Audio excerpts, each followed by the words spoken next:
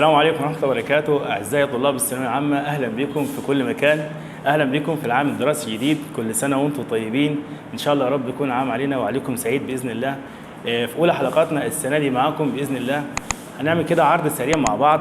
أولا يعني بهنئكم وهنئ نفسي بالمنصة الجديدة بتاعتنا على منصة فكرة.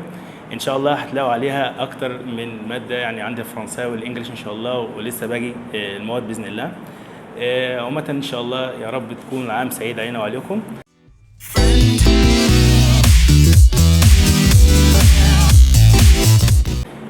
بسم الله الرحمن الرحيم. نبدأ في موضوع النهاردة. ناخد النهاردة إن شاء الله كده عرض سريع لإحدى أدوات الاستفهام معنا، وهي الأداة ماذا أو كيسك.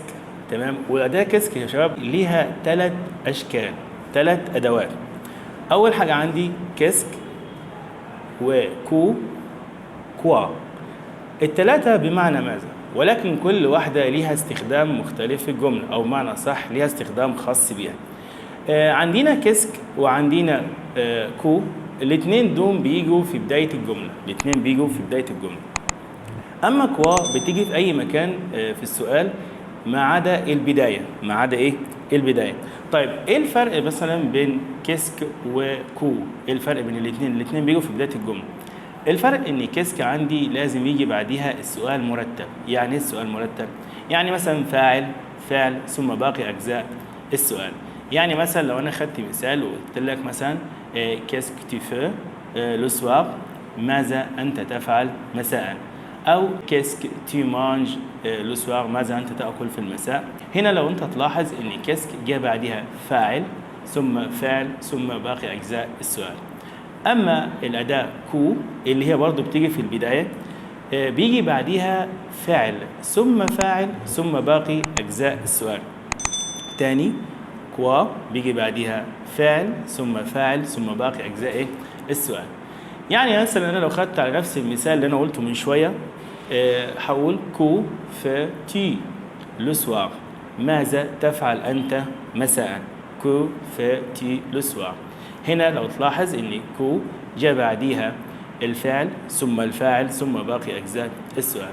يبقى الفرق بين كيسك وكو، الاثنين بيجوا في بدايه السؤال، ولكن مين اللي بيجي بعديهم؟ كيسك بيجي بعديها فاعل ثم باقي اجزاء السؤال، اما كو بيجي بعديها فعل ثم باقي اجزاء السؤال. نيجي بقى للاداه الثالثه اللي هي برضو بمعنى ماذا، وهي كوا. كوا زي ما قلت لك في البداية إنها تيجي في أي مكان في السؤال ما عدا البداية، باستثناء بداية السؤال.